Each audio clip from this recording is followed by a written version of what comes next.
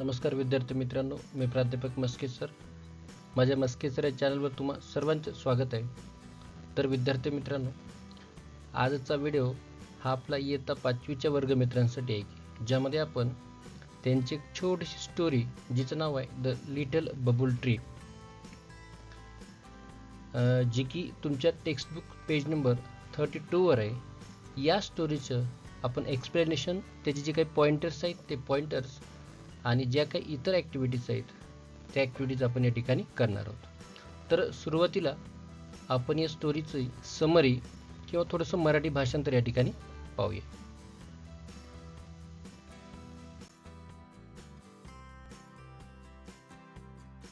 In a Grove of mango trees there was a little bubble tree.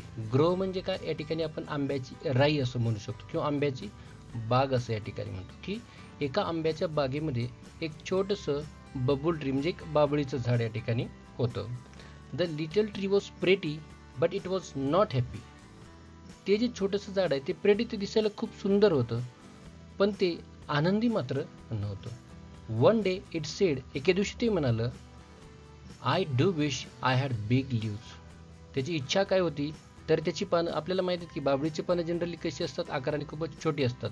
म्हणून त्याने पहिल्यांदा कोणती इच्छा व्यक्त केली की आय हॅड बिग लीव्स, की मला तर मोठी पानं असती तर किती इच्छा झाली, म्हणजे मला चांगलं वाटलं असतं किंवा मी आनंदी झालो असतो. All other trees have big leaves, my thorns are sharp and steep, children do not like me. अशा प्रकारे ते स्वतः खेद व्यक्त करू लागलं, की ते काय म्हणू लागले की इतर सर्व झाडांना खूप मोठी पानं आहेत आणि माझी पानं तर एक लहान तर आहेत, पण मला अतिशय तीक्ष्ण आणि धारदार अशी काटे देखील आहेत, त्यामुळे मी मुलांना अजिबात आवडत नाही. अशा प्रकारचं खेद ते आपल्या मनामध्ये व्यक्त करू लागलं.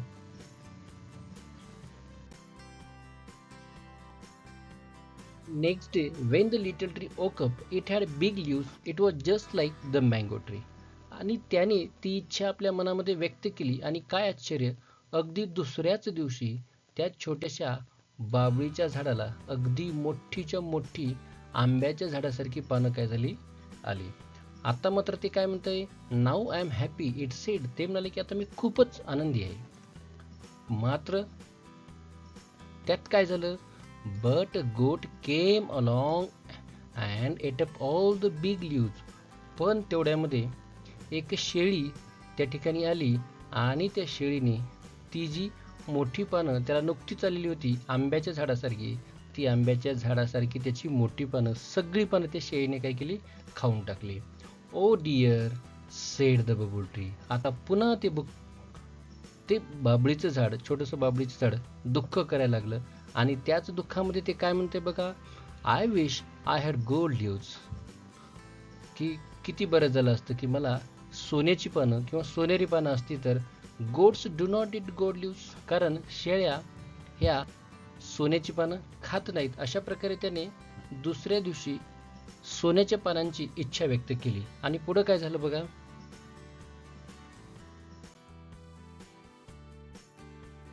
Next day when the little tree woke up, it had gold leaves. आणि काय आश्चर्य बघा, दुसऱ्या दिवशी जेव्हा ते झोपेतून उठलं सकाळी सकाळी, तेव्हा पाहते तर काय, त्याच्या त्या मोठ्या पानांचं रूपांतर अगदी या सोन्याच्या पानामध्ये झालेलं होतं. म्हणजे त्याच्या इच्छेप्रमाणे त्याला आता सोन्याची पानं आलेली होती. How happy I am it said. आणि ते लगेचच काय म्हणालं की खरंच आता त्याच्या इच्छेप्रमाणे त्याला त्या ठिकाणी कशाची तर सोन्याची पान आलेली होती, त्यामुळे आता ते खूपच आनंदी होतं. पण तेवढ्यात पुन्हा त्याच्या आनंदावर विरजन कसं पडलं, बट ती came along and stole all gold leaves. Stole म्हणजे काय, चोरले. थिप म्हणजे एक चोर आला त्या ठिकाणी आणि त्या चोराने त्या छोट्याशा बाबळीच्या झाडाची संपूर्ण सोन्याची पानं काय केली, चोरली. Oh dear said the bubble tree. पुन्हा ते दुःख व्यक्त करायला लागलं आता की माझी ही सोन्याची पानं सुद्धा इथे या ठिकाणी राहायला तयार नाहीत. ती सुद्धा एका चोराने काय केली, सर्वच्या सर्व चोरून नेली. आणि मग पुन्हा त्याने कोणती इच्छा व्यक्त केली, I wish I had glass leaves. किती बरं झालं असतं की जर मला काचेची पानं जर मला असती तर किती बरं बरं झालं असतं, असं ते स्वतःशी विचार करू लागलं. आणि मग कारण का, thieves do not steel glass leaves, कारण चोर काचेची पानं, काचेच्या पानांची चोरी चोर करणार नाहीत.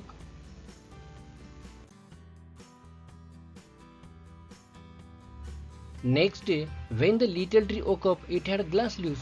आणि त्याने ती इच्छा व्यक्त केली आणि दुसऱ्या दिवशी अगदी त्याला कोणती पानं आली, तर ही काचेची पानं या ठिकाणी त्याला आली.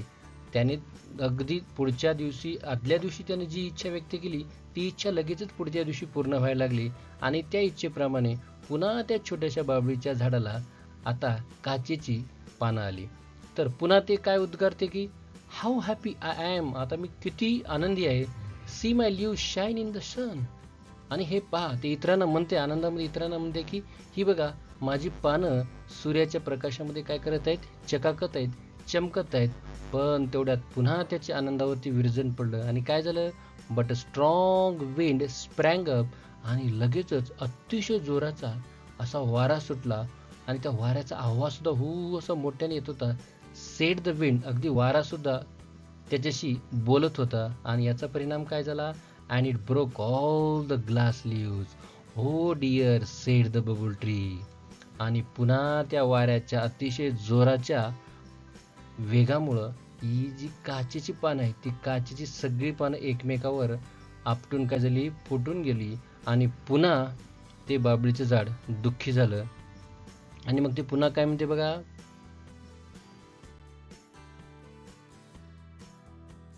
I wish I had my Thrones and small leaves again. आणि पुन्हा त्याने आपल्या पूर्वीच्याच पानाची इच्छा काय केली, व्यक्त केली. कारण तुम्ही हे ठिकाणी पाहू शकता त्याची जी काचेची पानं आहे ती वाऱ्याच्या वेगवान वाऱ्यामुळे काय झाली, खाली पडून ही सगळी फुटून गेली. आणि मग त्याने पुन्हा काय केलं की मला माझी पूर्वीचेच काटे आणि छोटीशी पानं असती तर किती बरं झालं असतं. अशा प्रकारची इच्छा त्याने व्यक्त केली. कारण काय, याचं कारण काय सांगितलं नाही की goats do not it them all up.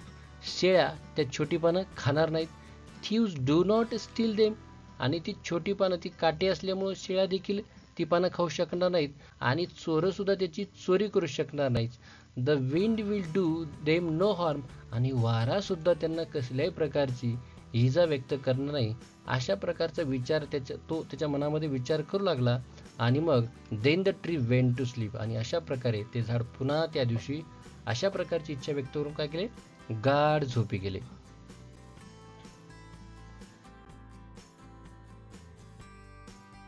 Next day, when it woke up, it had all its thorns and small green leaves again.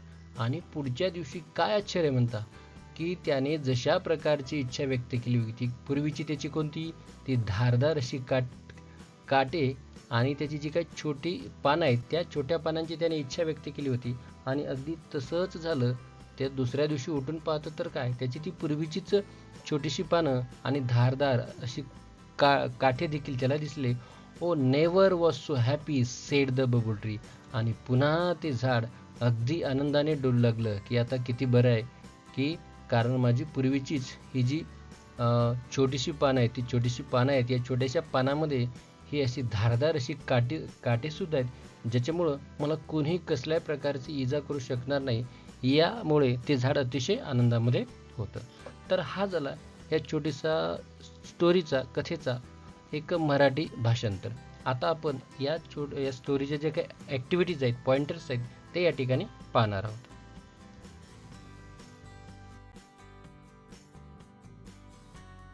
तर काही मिनिंग्स आपल्याला या ठिकाणी दिलेत बघा. ग्रो म्हणजे काय, स्मॉल फॉरेस्ट वूड. या ठिकाणी आपण राई वृक्ष किंवा म्हणजे एका जागी वाढलेले की आपण त्याला राई सुद्धा म्हणू शकतो की छोटंसं जंगल अशा प्रकारे. थ्रॉन्स म्हणजे या ठिकाणी काटे. स्टोल म्हणजे स्टीलचं विटू आहे, सेकंड फॉर्म आहे की चोरले किंवा चोरून नेले. स्प्रँग अप म्हणजे अचानक वारा वाहू लागला. Number 2, read and remember. वाचा आणि या ठिकाणी लक्षात ठेवा. तर या ठिकाणी सिंग्युलर आणि प्युरलचा एक नियम आपल्याला या ठिकाणी पाहायला मिळणार आहे की विद्यार्थी मित्रांनो, हा जो सिंग्युलर प्युरलचा एक डिटेल व्हिडिओ आहे तो आपल्या चॅनलवरती तुम्हाला निश्चितच संपूर्ण नियमासहित आणि असंख्य उदाहरणासहित या ठिकाणी मिळणार आहे. तर तुम्ही पाहू शकता, one leaf many leaves, one self many selfs. आता या जर तुम्ही या सिंग्युलर नाऊनचं जर तुम्ही ऑब्झर्व केलं यांना, तर यांच्या शेवटी एकतर एफ आहे किंवा एफ ई आहे. तुम्ही पाहू शकता एफ किंवा एफ ई. मग यांचं प्युरल फॉर्म करताना आपण काय करतो, हे जे एफ आहे हे एफ असेल किंवा एफ ई असेल, या दोघांनी आपण काय करतो, रिमूव्ह करतो, काढून टाकतो आणि त्या ठिकाणी व्ही ई एस असा प्रत्यय सफिक्स या ठिकाणी जोडून त्याचे प्युरल फॉर्म आपण तयार करतो. म्हणजे नुसतंच आपल्याला वन लिप मेनी लिव्ज असं वाचन न करता यामागचा जो सखोल नियम आहे तो नियम लक्षात ठेवणं गरजेचं आहे. तुम्ही या ठिकाणी सुद्धा पाहू शकता एफ एफ एफ ई. मग एफ असेल तर एफला काढलं आणि एफ ई असेल तर एफ ईला पण काढून आपण त्यांना V E S V E S V E S ह्या असा व्ही एस असा प्रत्यय आपण या ठिकाणी जोडलेला आहे. म्हणून one leaf many leaves, one self many selfs, one knife many knives, one thief many thieves, one wolf many wolfs, one life many lives. अशा प्रकारे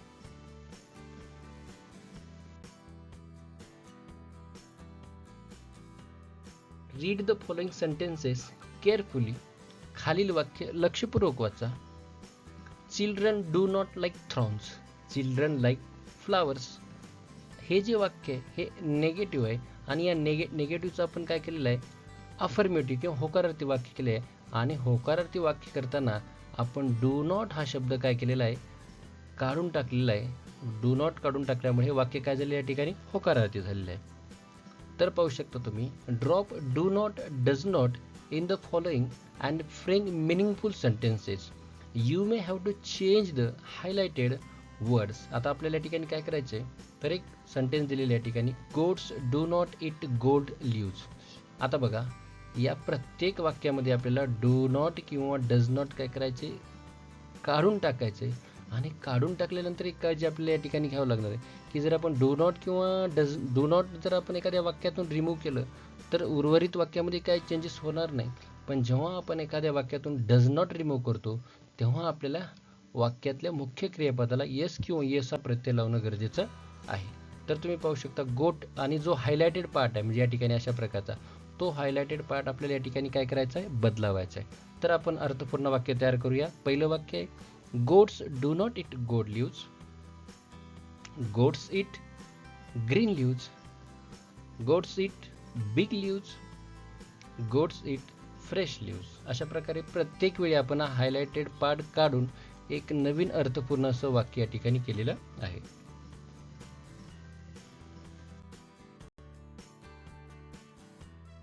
number 2, thieves do not steal glass leaves. Thieves steal golden leaves. Thieves steal silver leaves. Thieves steal diamond leaves.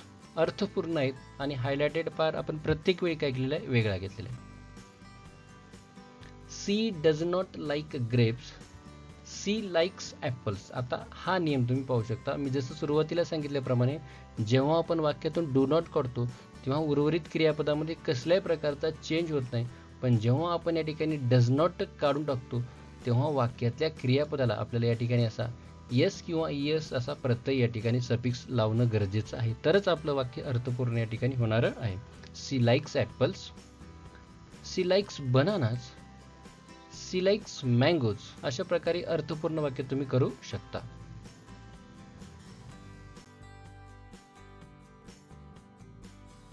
He does not play cricket, he plays football, he plays hockey, he plays table tennis. इथे पुन्हा हा नियम तुम्हाला follow करायचे. when we remove does not, so we have to add yes or es to the main verb of the sentence. A lion does not eat grass, a lion eats meat, a lion eats flesh of other animals.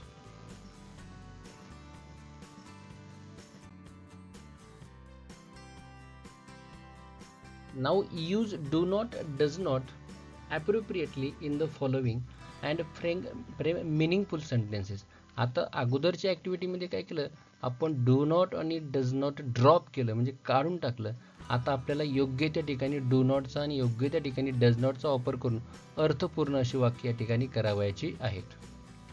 Number 1, I like mangoes. जसे तुम्हाला माहिती आहे आपण जर वाक्याचं करता I, we, you, दे किंवा अनेक वचनी असेल तर डू नॉटचा वापर करतो. आणि याउलट ही, सी, इट किंवा एखादं सिंग्युलर नाउन असेल तर आपण डज नॉटचा वापर करतो. आणि पुन्हा डज नॉटचा वापर करून आपण क्रियापदाला लागलेला जो एस आणि किंवा एस प्रत्यय तो मात्र या ठिकाणी आपल्याला काढावा लागणार आहे, तरच आपलं वाक्य अर्थपूर्ण होणार आहे. तर यासाठी आपले टेन्सचे संपूर्ण व्हिडिओ आपल्या चॅनलवरती आहे, तुम्ही नक्की एकदा त्याचा ओव्हरलुक करा.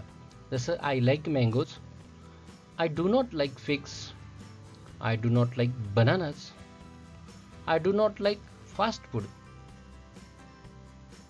I do not like tea. अर्थपूर्ण तुम्ही कितीही वाक्य या ठिकाणी करू शकता. You travel by bus, you do not travel by bike, you do not travel by auto rickshaw, you do not travel by aeroplane, you do not travel by train. तर या ठिकाणी आपण कर्त्याच्या नंतर काय केलेलं आहे, डू नॉटचा वापर करून होकारार्थी वाक्याचं रूपांतर या ठिकाणी नकारार्थीमध्ये केलेलं आहे. आता पहिल्या वाक्याचा करता होता आय, दुसऱ्या वाक्याचा करता होता यू, यांच्यासोबत आपण डू नॉट करतो. आता कर्ता बदलल्यानंतर क्रियापदामध्ये कसा बदल होतो ते आपण पुढे पाहूया.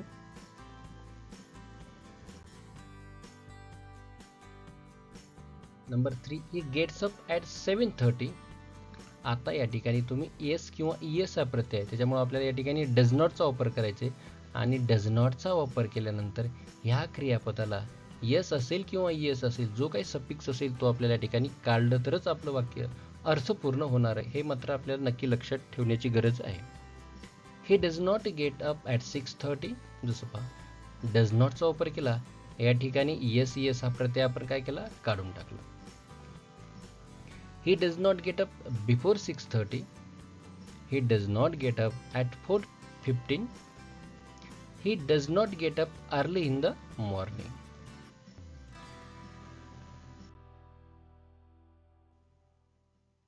A rabbit has a short tail. A rabbit does not have a long tail. A rabbit does not have a colorful tail. A rabbit does not have a curly tail. आता तुम्ही या ठिकाणी पाहू शकता की टू हॅवचं रूप आहे, म्हणजेच या वाक्याचा का सिंपल प्रेझेंट टेन्स आहे, की जसं जे प्रायमरी एक्झिलरीज आहेत टू बी, टू डू आणि टू हॅव, यांचा जर वाक्यामध्ये वापर विदाउट मेन व्हर्ब केला असेल तर मग जर समजा सपोज या ठिकाणी हॅज किंवा हॅवचा वापर एखाद्या वाक्यामध्ये मेन व्हर्ब म्हणून केला असेल तर त्या वाक्याचा का सिंपल प्रेझेंट असणार आहे. आणि सिंपल प्रेझेंटमध्ये आपण सिंग्युलर सब्जेक्टसाठी नेगेटिव्ह करण्यासाठी काय करतो, डज नॉट घेतो आणि पुढे काय करतो, हॅजच या ठिकाणी हॅव करतो. A rabbit does not have a hairy tail.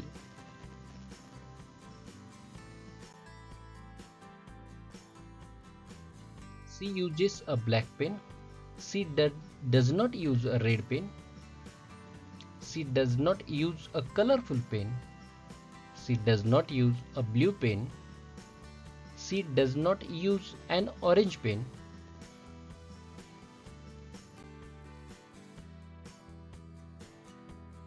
Complete the following sentences using your own ideas. आपल्या स्वतःच्या काही युक्त्या कल्पना वापरून या ठिकाणी आपल्याला ही खालील वाक्य पूर्ण करायचे आहेत. For example, I wish I had a smartphone. I wish I had my own bike. I wish I had wings to fly wherever I wish. I wish I had a magical pen.